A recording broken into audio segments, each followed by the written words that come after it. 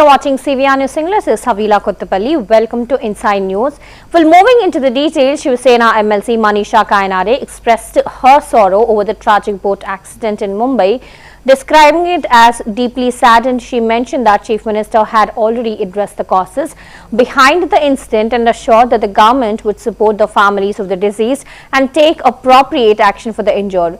They emphasized that while several rules and regulations are in place to prevent such accidents, if human error was involved, it must be addressed and rectified.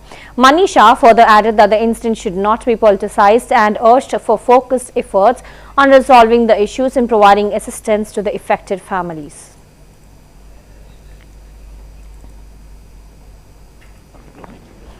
सभी पार्टियों के जो महायुति की पार्टियां हैं, सभी लोग यहाँ आरएसएस स्मृति मंदिर आ रहे हैं, क्या कहेंगे? राष्ट्रीय स्वयंसेवक संघ एक देश के कार्य में, देश उन्नति के लिए, लोगों की सेवा के लिए एक समर्पित इस प्रकार की बहुत ही पुरानी संगठन है।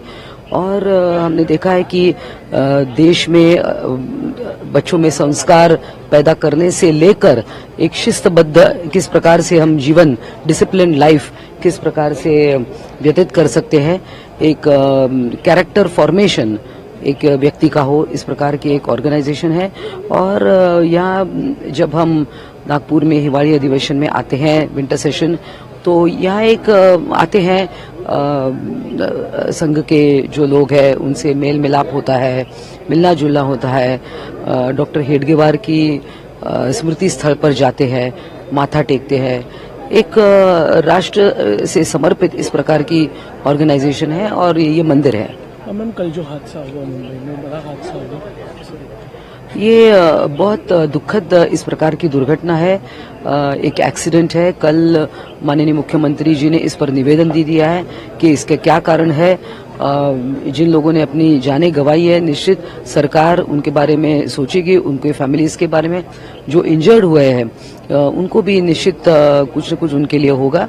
ये एक दुर्घटना है, उसको पॉलिटिसाइज नहीं करना चाहिए। कोई रूल्स एंड रेगुलेशंस बनने चाहिए इस तरीके से हादसे रोकने। देखिए, बहुत सारे रूल्स रेगुलेशंस ऑलरेडी है। इसके बावजूद अगर कोई ह्यूमन एरर है तो उसको भी टैकल करना चाहिए।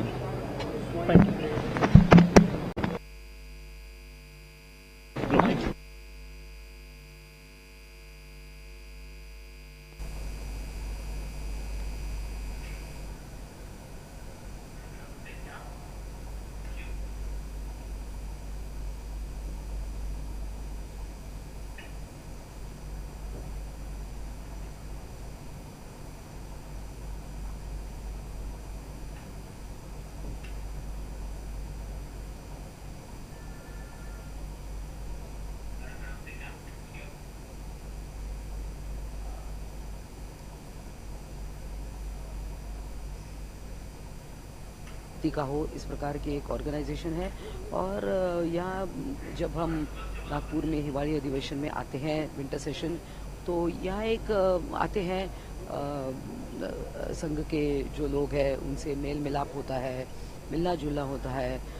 डॉक्टर हेडगेवार की स्मृति स्थल पर जाते हैं, माथा टेकते हैं। एक राष्ट्र से समर्पित इस प्रकार की ऑर्गेनाइजेशन है और ये मंदिर है। कल जो हादसा हुआ मुंबई में, बड़ा हादसा हुआ, ये बहुत दुखद इस प्रकार की दुर्घटना है, एक एक्सीडेंट है। कल माननीय मुख्यमंत्री जी ने इस पर निवेदन दे दिया है कि इसके क्या कारण है। जिन लोगों ने अपनी जानें गंवाई है, निश्चित सरकार उनके बारे में सोचेगी, उनके फैमिलीज के बारे में।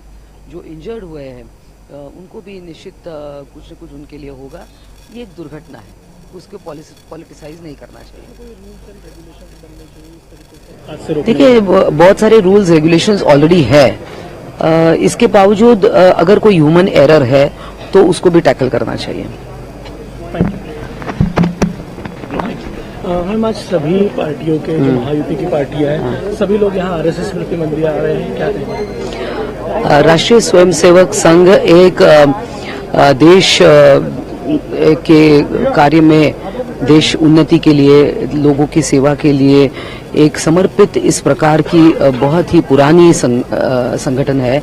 और हमने देखा है कि देश में बच्चों में संस्कार पैदा करने से लेकर एक शिस्तबद्ध किस प्रकार से हम जीवन डिसिप्लिन लाइफ किस प्रकार से व्यतीत कर सकते हैं, एक कैरेक्टर फॉर्मेशन एक व्यक्ति का हो, इस प्रकार की एक ऑर्गेनाइजेशन है।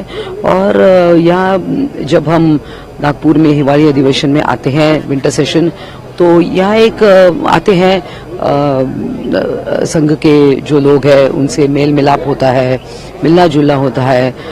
डॉक्टर हेडगेवार की स्मृति स्थल पर जाते हैं, माथा टेकते हैं। एक राष्ट्र से समर्पित इस प्रकार की ऑर्गेनाइजेशन है और ये मंदिर है।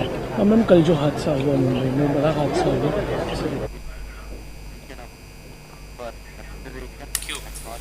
Well, Sambhal SCM Vandana Mishra stated that the inspection of Samajwadi Party MP Zia or Rahman Bagh's residence is part of the ongoing drive against electricity theft. She clarified that the operation is being carried out due to concerns that proper electricity connections and standard operating procedures were not being followed, and the inspection revealed irregularities such as the absence of smart meters in some areas despite their availability and improper connections, and the authorities are focused on installing smart meters and ensuring that all connections are legitimate to prevent electricity theft. Well, Mishra emphasized that this drive aims to set an example for others and promote compliance with regulations.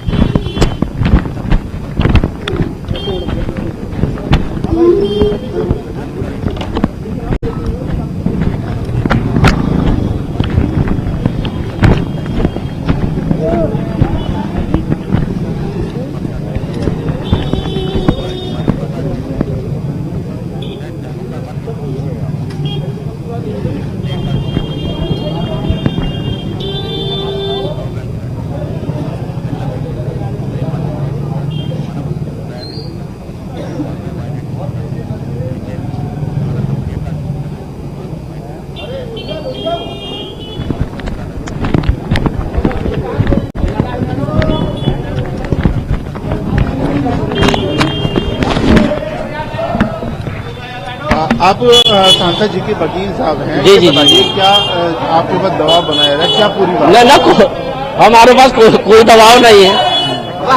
तो सब भूले हैं, to story को 4 story बना रहे हैं लोग।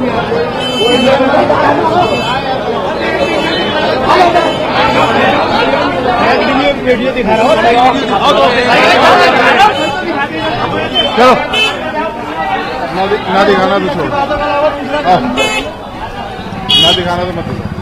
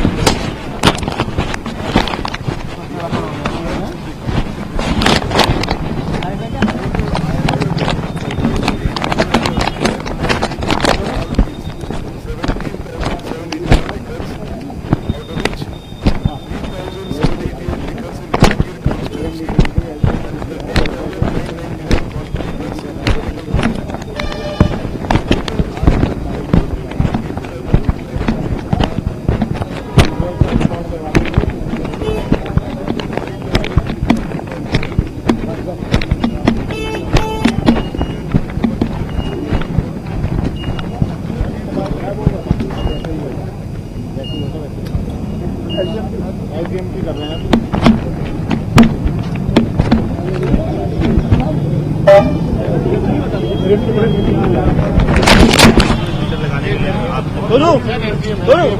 हाँ, तो वो बता दीजिए परसों क्या हुआ था।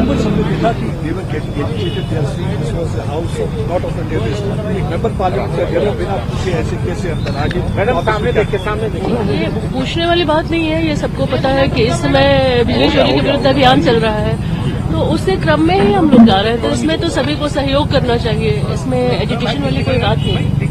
आपने अभी तक क्या पाया, किस किस्म की रेगुलरिटीज पाई है इनकी बिजली कनेक्शन? सभी जगह ये पाया, एक तो प्रॉपर मीटर्स नहीं लगे पाए गए बहुत जगह, जो स्मार्ट मीटर है बहुत पहले से आ गए हैं, लेकिन वो अभी तक इनके यहाँ लगे ही नहीं है। और भी जगहों पर ऐसा है जो हम लोग इसके विरुद्ध अभियान चला रहे हैं बिजली चोरी के विरुद्ध, और ये इंश्योर कर रहे हैं कि स्मार्ट मीटर लगे। और जो है प्रॉपर सभी लोग कनेक्शन लें ताकि बिजली चोरी को रोका जा सके। मेंबर पार्लियामेंट के घर में क्या वहाँ भी इसी तरह की रेगुलरिटी थी, वहाँ भी स्मार्ट मीटर नहीं लगे हुए थे और जो है कनेक्शन में था वो वैध नहीं था। आपको लगता नहीं कि मेंबर पार्लियामेंट में एक एग्जाम्पल सेट करनी चाहिए, सबसे पहले स्मार्ट मीटर उनके यहाँ लगना चाहिए? इसी प्रयास में स्मार्ट मीटर उनके यहाँ लगाया जा रहा है और इसी बात को समझने की जरूरत है सभी को कि प्रयास यही होना चाहिए कि एक एग्जाम्पल सेट किया जाए सोसाइटी में ताकि बाकी लोग भी फॉलो करें कि हम इस तरह की बिजली चोरी वगैरह जैसे चीजों को रोका जा सके और बाकी लोग भी अवेयर हो सकें। ठीक है ma'am, thank you ma'am, thank you thank you thank you thank you thank you. क्या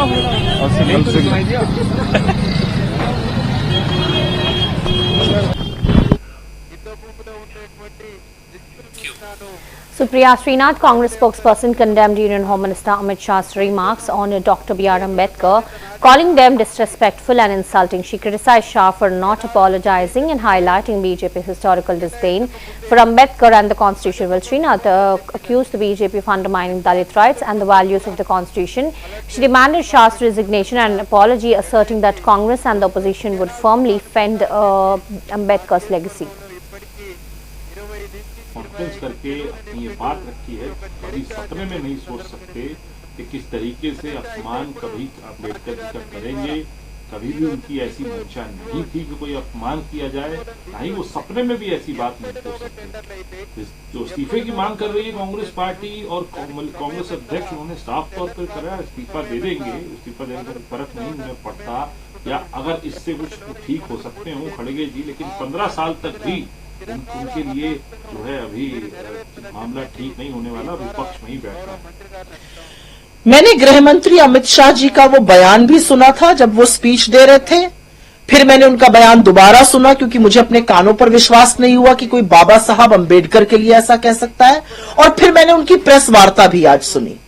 उनको रत्ती भर क्षोभ, रत्ती भर दुख, रत्ती भर उनको रिपेंटेंस नहीं है कि उन्होंने इतनी गंदी बात कैसे कही हमारे देश के संविधान निर्माता के लिए। जिस बाबा साहब अंबेडकर के चलते इस देश के हर नागरिक को बराबरी का हक मिला, सम्मान मिला, इस संविधान ने पूरे देश के लोगों को एक बराबर समझा, उनके लिए आप कह रहे हैं, उनके नाम को लेकर आप रटने की बात कर रहे हैं, इस तरह का असम्मान कर रहे हैं। जो दलित है, शोषित है, वंचित है, आदिवासी है, पिछड़े हैं, अल्पसंख्यक है, महिलाएं हैं, सबको बाबा साहब ने हक दिया। और बीजेपी को अगर लगता है कि अपना तंत्र से वो झूठ बुलवाकर, अपने तंत्र से भ्रमित कराकर वो मुद्दे से भटकाएंगे, ऐसा नहीं हो सकता है। पूरे सुबह से मंत्री सांसद लगे हुए थे, खुद प्रधानमंत्री को ट्वीट करना पड़ा, अमित शाह जी ने बैठकर प्रेस कॉन्फ्रेंस करी, लेकिन अकाट्य सत्य यह है कि सदन में उन्होंने बेहद शर्मनाक बयान बाबा साहब अंबेडकर के लिए दिया था। लेकिन मैं हतप्रभ नहीं हूं, और इसलिए हतप्रभ नहीं हूं क्योंकि इनकी पूर्वजों ने तो अंबेडकर जी के पुतले जलाए थे। इनके पूर्वज तो अंबेडकर जी को हिंदुओं का दुश्मन बताते थे। इनके पूर्वजों ने तो, मुझे याद है, 11 दिसंबर 1949, और ये डॉक्यूमेंटेड हिस्ट्री का पार्ट है, अंबेडकर जी के घर पे धावा बोला था रामलीला मैदान में जब रैली करी थी और हिंदू कोड बिल का ये लोग विरोध कर रहे थे। तो इनके पूर्वजों ने और इन्होंने संविधान को कभी भी सर्वोपरि नहीं माना है, जो हमारा सबसे बड़ा ग्रंथ है, और उसी सोच को ये झलका रहे हैं। मैं एक बात आपसे जरूर कहना चाहती हूं, और वो बात कहनी इसलिए जरूरी है क्योंकि अंबेडकर जी के अपमान का तनिक भी, रत्ती भर भी शोक और दुख इनको नहीं है। इन्होंने एक बार भी माफी नहीं मांगी देश से। और बड़े दलित नेता जो मिल मजदूर के बेटे हैं, अपने दम पर जो सत्ता के शिखर पर पहुंचे हैं, मल्लिकार्जुन खड़गे जी का भी अपमान किया। क्यों? क्योंकि वो दलित है। आपकी जो विचारधारा है, जो संघ से प्रेरित, जो मनुस्मृति से प्रेरित विचारधारा है, वो दलितों के खिलाफ है, वो संविधान के खिलाफ है, और उसका नजारा आप बार बार दिखाते हैं। ये भी कहा जा रहा है कि बयान को तोड़ा मरोड़ा गया, और ये भी कहा गया एडिट क्लिप दिखाई।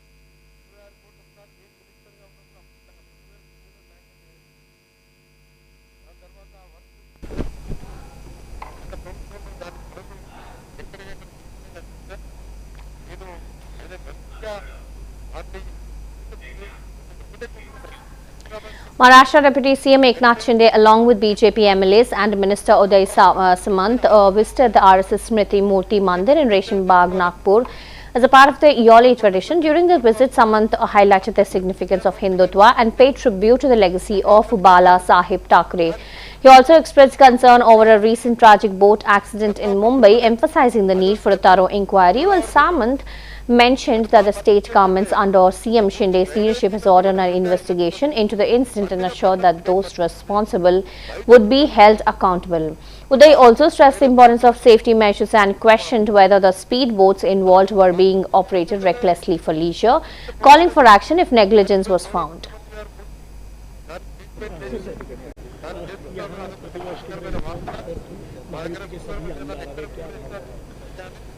हर बार हम यहाँ आते हैं, हम जो विचार लेके, जिस विचारों का वारसा लेके आगे जा रहे हैं एकनाथ शिंदे साहब के नेतृत्व में, वो भी वंदनीय हिंदू हृदय सम्राट बाला साहब ठाकरे साहब का वारसा है, जो हिंदुत्व का वारसा है।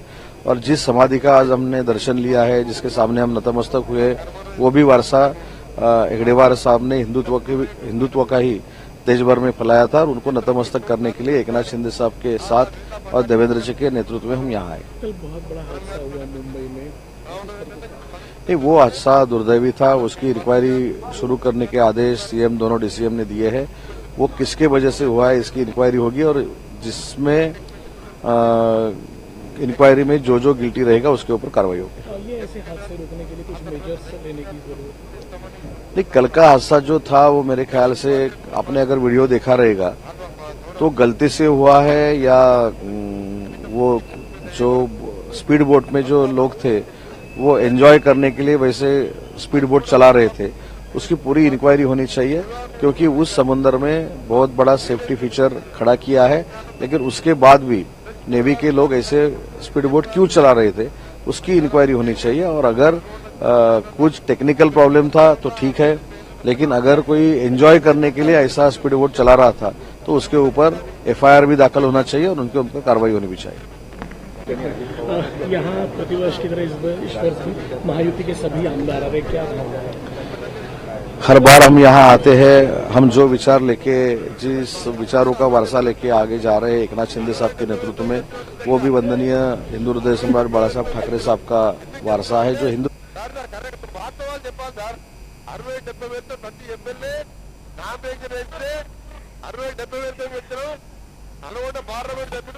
Well, the Rameshwaram railway station in Tamil Nadu is being redeveloped under the Amrit Bharat station project costing rupees 90.4 crores with 50% of the work already completed. Well, the station will feature 3 floors with amenities like waiting halls, booking counters, restaurants and budget hotels. It will also have retiring rooms and improved passenger pathways.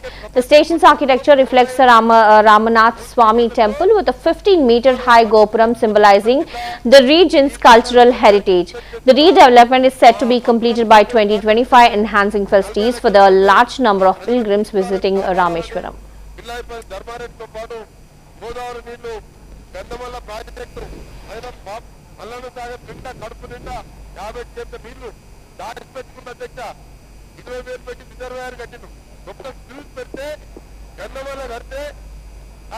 Being taken up at a cost of 90.24 crores. Almost 53% of the work has been completed. Remaining work we will complete during May of 2025 and it will be open to the public. This is the departure forecourt.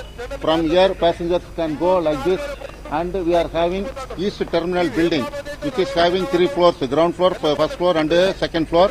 We are accommodating general waiting hall, AC waiting hall in addition to booking counter and reservation counter. Restaurant is there, budget hotels are there, dormitories are there and AC waiting halls are there. In that commercial retail portions also we have covered in the East Terminal building. And perpendicular that is North Terminal building which is having 2 floors. First ground floor is having passenger amenities and first floor is having some offices, TT restrooms and all. Over that, all the platforms have been connected with one connecting platform. Passengers can go enter up to there. Now this forecourt is having 17.5 meter width, which has been separated into 2. Pedestrian pathway, which will not be affected by roadway. It will be in curb.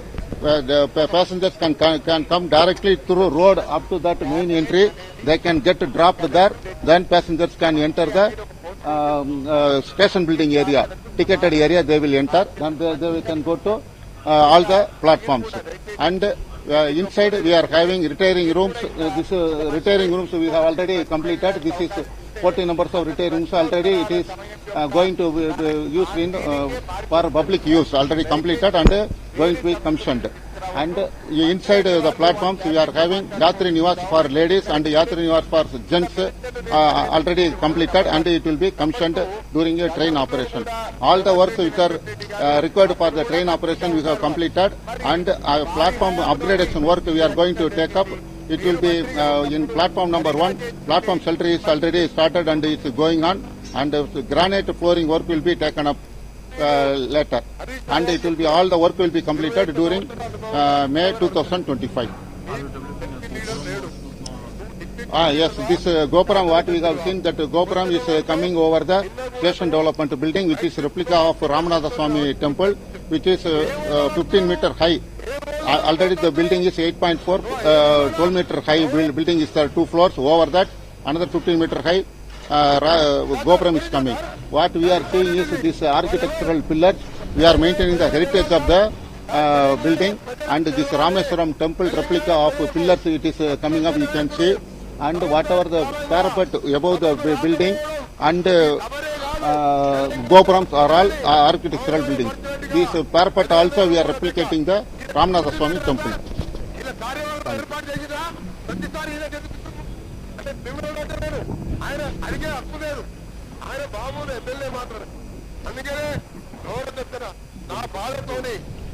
Sir, हम Rameswaram station redevelop किया जा रहा है, क्या plan?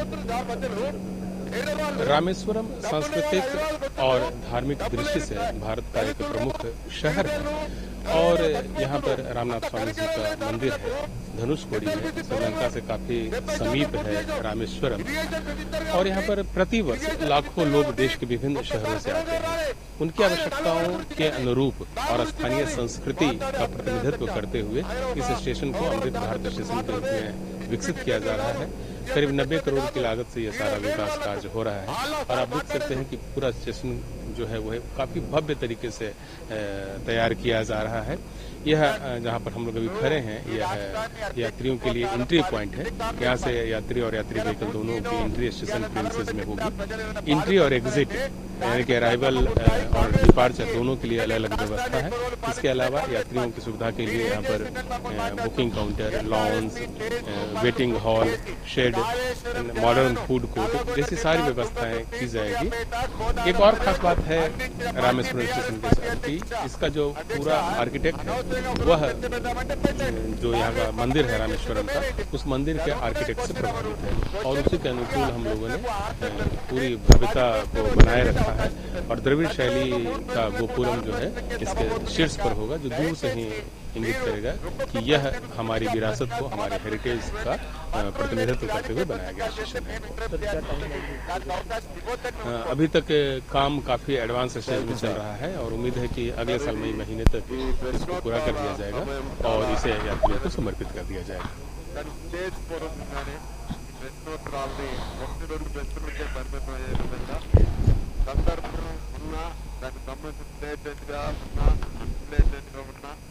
వేరే వేరే అంశాలను గుర్తించి యాక్టివ్గా దర్శగా చేస్తాం.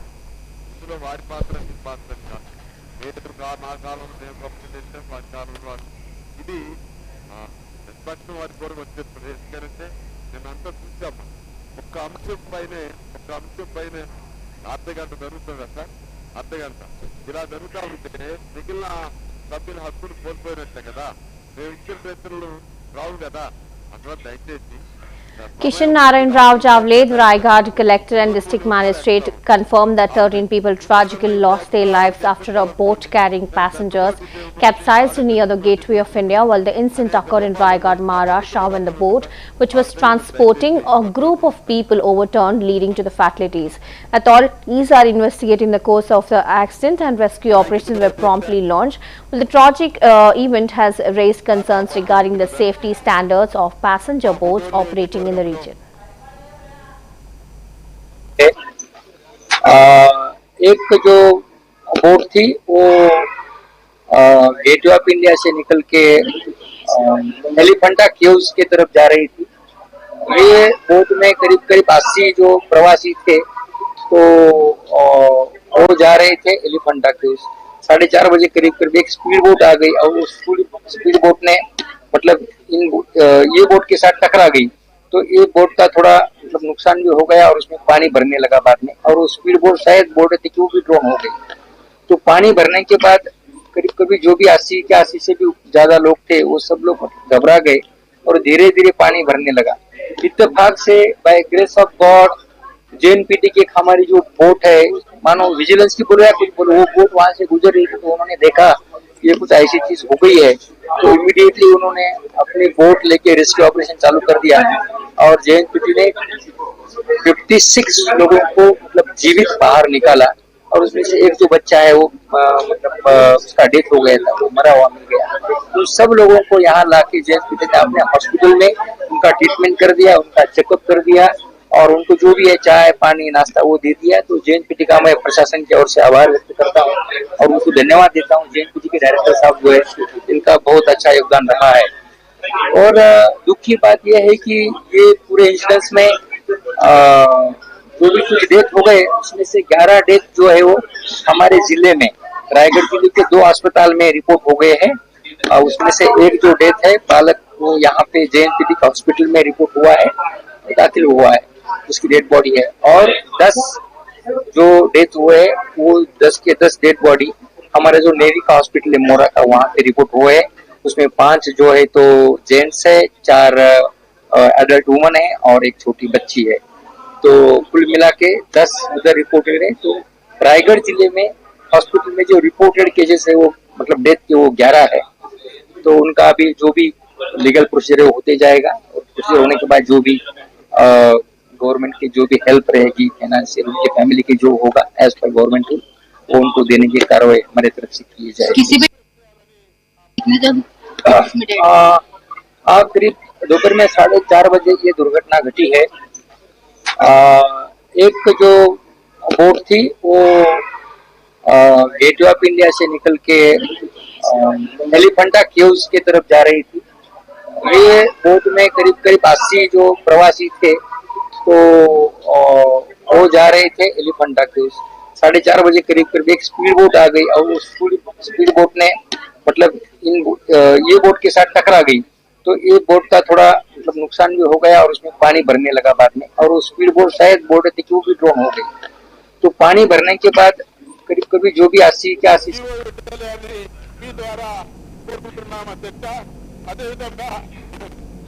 Congress leader Udit Raj criticized Union Home Minister Amit Shah's recent statements on the One Nation One Election bill, accusing him of presenting misleading videos that were anti-Ambedkar. Udit Raj expressed surprise at Amit Shah's remarks, suggesting that rather than apologizing for the error, the BJP was attacking the Congress. He referred to the long-standing animosity of certain groups, including the RSS and Hindu Mahasabha, towards Dr. B.R. Ambedkar and the Constitution. Raj also pointed out that in 1989 these groups had burnt effigies of Dr. Ambedkar and the Constitution, and the figures like Walwalkar and Sarwakar had dispatched the Constitution. Udit Raj also linked the BJP's recent comments to a deeper hatred of Ambedkar, particularly for his role in drafting the Constitution and championing the rights of marginalized groups. He further highlighted the Congress party's role in empowering Ambedkar, noting that it was under the leadership of Nehru and Gandhi that Ambedkar became the law minister and had the platform to draft the Constitution. Press conference किया, खड़गे जी ने साफ कहा इस्तीफा दीजिए। गृह मंत्री ने साफ कहा मेरी वीडियो को गलत तरीके से प्रेजेंट किया गया है, ये एंटी अम्बेडकर है कांग्रेस। कैसे आप देखते हैं? आश्चर्य होता है कि अमित शाह को देश के सामने माफी मांगना चाहिए, उल्टा चोर कोतवाल की बात डांटने की बात कर रहे हैं। यानी अपनी गलती को मानने की बजाय कांग्रेस के ऊपर हमला कर रहे हैं।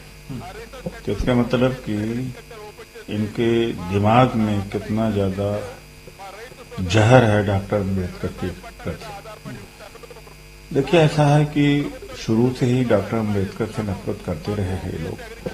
12 दिसंबर 1949 के दिन डॉक्टर अम्बेडकर का पुतला और संविधान की प्रति आरएसएस और हिंदू महासभा ने जलाया था। और गोलवलकर जी भी कहे थे।